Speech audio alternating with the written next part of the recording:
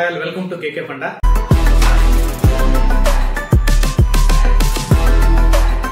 ఒక రియల్ స్టోరీని మీ ముందుకు తీసుకొచ్చాను. అది నాకు ప్రీవియస్ గా మన కంపెనీలో ఎల్ఐటీలో నేను ఒక 2 years వర్క్ చేసినప్పుడు నేను ఫేస్ చేసినటువంటి ఇష్యూ. నాతో పాటు ఒక రీసెంట్ గా జాయిన్ అయినటువంటి జూనియర్ రిసోర్స్ ఒక పర్సన్ జాయిన్ అయ్యాడు. I don't want to relieve the names. Actually story చెప్తున్నా ఎందుకనంటే ఎవరిని కూడా ఇండస్ట్రీలో తక్కువ అంచనా వేయొద్దు.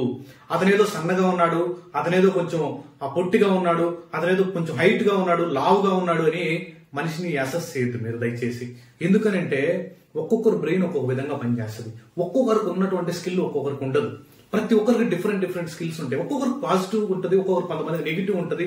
అంతేగాని ఎవరిని కూడా తక్కువ అంచనా వేయద్దు. నేను అక్కడ ఏం చేశానంటే అబ్జర్వ్ చేసింది, ఒక సీనియర్ వచ్చేసి, నేను అటువంటి స్టోరీస్ కూడా రాస్తుంటాను మన పోస్ట్ సెక్షన్ లో. ఆ సీనియర్ వచ్చేసి ఈ పర్సన్ ఏం చేశాడంటే, నువ్వు 1 year పెట్టి లోపలికి వచ్చున్నావు, ఓకే అట్లీస్ట్ 1 year లో నీకు చిన్న ఫండమెంటల్స్ కూడా తెలియదా, ఇటువంటి మిస్టేక్స్ చేస్తున్నావు ఎందుకు, మన కోడ్ కానీ లోయర్ ఎన్విరాన్మెంట్ లో అప్రూవల్స్ లేకపోతే ప్రొడక్షన్ పోయేటప్పుడు అప్రూవల్స్ రావు, ఇలా మిస్టేక్స్ చేయకూడదని ఎస్కలేట్ అందరి ముందు అలా చేశాడు. యాక్చువల్ గా ఏంది, ఏదైనా మిస్టేక్ చేస్తే పక్కకు పిలుస్తూ లేకుంటే కాల్ సెటప్ చేసుకోవడం, ఇలా కాదు ఇలా చేయాలని చెప్పాలా. అందరు టీమ్ లో ఉన్నప్పుడు అతని మీద ఎస్కలేషన్స్ చేసేసి అలా చేశాడు అనమాట. నేను క్లియర్ గా అబ్జర్వ్ చేశాను. ఆ స్టేజింగ్ పైప్ లైన్స్ లో ఆ ఇష్యూ వచ్చినప్పుడు ఒక క్రిటికల్ ఇష్యూ వచ్చింది. ఆడ డిప్లాయ్మెంట్స్ ఆగిపోయి చాలా మేజర్ ఇంపాక్ట్ జరిగేటువంటి ఛాన్స్ ఉంది. ఎండ్ పాయింట్స్ అన్ని డిఫరెంట్ ఎండ్ పాయింట్స్ కాన్ఫిగర్ చేస్తున్నారు. ఓకే అంటే కొంచెం కాన్ఫ్లిక్ట్స్ వచ్చాయి అక్కడ. ఆ జూనియర్ రిసోర్స్ ఉన్నటువంటి తెలివితో, ఆ జూనియర్ రిసోర్స్ ఉన్నటువంటి స్కిల్ సెట్ తో ఐడెంటిఫై చేశాడు ఇష్యూ. అంటే అతను జూనియర్, అతని కాడ స్కిల్ లేదు అని మనం పక్కన పెట్టకూడదు. ఫ్రెషర్ అయినా కానీ మనతో పాటు పనిచేస్తున్నారంటే అందరు ఈక్వలే. సీనియర్ అంటే రెస్పెక్ట్ఫుల్ గా సీనియర్, జూనియర్ అంటే రెస్పెక్ట్ఫుల్ గా జూనియర్. అంతేగాని నేను సీనియర్ని, నేనేదైనా చేస్తాను, నేను జూనియర్ని, మీరు పని చేయడం లేదు, నేను ఎందుకు చేయాలా, అటువంటి వద్దు. నీ పని మనం చేసుకోండి. ఒకరి మీద ఎస్కలేషన్ చేయొద్దు. కంపెనీలో జాగ్రత్తగా ఉండండి.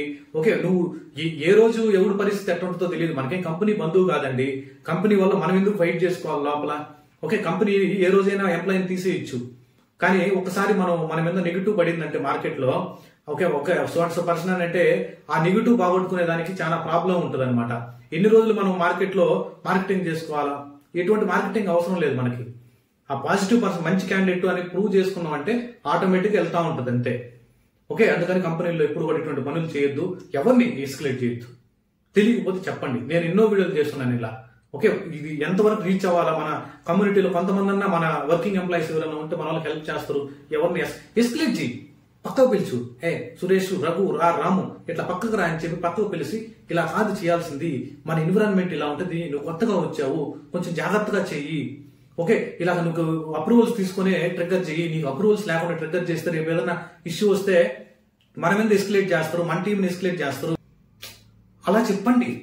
అంతేగాని 10 మంది ఉన్నప్పుడు వాళ్ళని ఎస్కలేట్ చేసామంటే ఇంటర్నల్ గా చాలా ఫీల్ అవుతారు గైస్, చాలా ఫీల్ అవుతారు, హర్ట్ అయిపోతారు. అటువంటి పబ్లిక్ లో కానీ ఎస్కలేట్ చేస్తే ఆపోజిట్ పర్సన్ తీసుకునేటువంటి యాక్షన్ మన మీద ఇంపాక్ట్ అయ్యేదానికి ఛాన్స్ ఉంటుంది అనమాట. ఫ్యూచర్ లేవు. అతను కూడా మంచి స్కిల్డ్ పర్సన్ ఏమో. అందుకే కానీ ఎప్పుడైనా కామెంట్ రాసేటప్పుడు కానీ జాగ్రత్తగా ఉండండి. ఓకే చాలా జాగ్రత్తగా ఉండండి. మీరు ఎక్కడైనా ఒక టికెట్ లో కానీ ఎక్కడైనా జనరల్ లో అయినా పబ్లిక్ లో అయినా కానీ మీరు కామెంట్స్ రాసేటప్పుడు ఎవరిని ఎస్కలేట్ చేయకూడదు. మంచిగా చేయండి. ఒకవేళ నీకు అది నచ్చలేదనుకో కంటెంట్, అతను కనెక్ట్ అయ్యి చెప్పండి ఇలా కాదండి ఇలా చేస్తే బెటర్ అని. అంతేగాని పబ్లిక్ లో కామెంట్స్ డ్రాప్ చేసేటప్పుడు మాత్రం చాలా జాగ్రత్తగా ఉండండి. టీమ్స్ లో అయినా ఎక్కడైనా మెయిల్ సెండ్ చేసేటప్పుడైనా అందరూ ఒక 10 మంది అక్కడ చూస్తున్నారు దాన్ని అంటే కొంచెం జాగ్రత్తగా ఉండండి. ఎవరు తెలివి ఎట్లుంటుందో తెలియదు. ఒక్కొక్కరు మైండ్ ఒక్కొక్క విధంగా పనిచేస్తూ వాళ్ళ పాస్ట్ ఎక్స్పీరియన్స్ అంతా వచ్చిందంటే మనం ఎక్కడో ఉంటామని కూడా తెలియదు. ఓకే మనకు తెలియదు కదా అతనికి బ్యాక్గ్రౌండ్. అతను మంచి ఐఐటి ఎన్ఐటి స్టూడెంట్ అయితే మన పరిస్థితి ఏంది, ఇప్పుడు మన పరిస్థితి ఏంది, ఇప్పుడు మంచి టాలెంటెడ్ అయి ఉంటాడు, అప్పుడు మన పరిస్థితి ఏంది మీరు ఒకసారి ఆలోచించండి. అందుకని ఎవరిని తక్కువ అంచనా వేయొద్దు. ఓకే మీరు ఆల్రెడీ చూస్తూ ఉంటారు కూడా, మీకు ఆల్రెడీ తెలుసుంటుంది కూడా. ఓకే సారీ గైస్ మీకు చాలా లెంత్ అనిపించుంటుంది. అందుకని కొన్ని 1 or 2 పాయింట్స్ మీ ముందుకు తీసుకొని వచ్చి నేను డెలివర్ చేయడం అనేది నా రెస్పాన్సిబిలిటీ. ఎందుకంటే నాకు చాలా మంది మన ఫాలోవర్స్, సబ్స్క్రైబర్స్ ఉన్నారు కాబట్టి వాళ్ళకి మంచి ఇన్ఫర్మేషన్ ఇవ్వాలనేది నా హార్ట్ఫుల్ ఒపీనియన్. మీరు కానీ DevOps with AWS cloud and SRE fundamentals నుంచి అడ్వాన్స్ వరకు కానీ నేర్చుకోవాలనుకుంటే, నన్ను కానీ రీచ్ అవ్వాలనుకుంటే డిస్క్రిప్షన్ లో నా వాట్సాప్ నెంబర్ ఉంటుంది. March 16th exclusive batch start చేస్తాను. కంప్లీట్ ఫీచర్స్ అన్ని నేను మీకు షేర్ చేస్తాను. Please reach out to me through WhatsApp guys. Bye bye.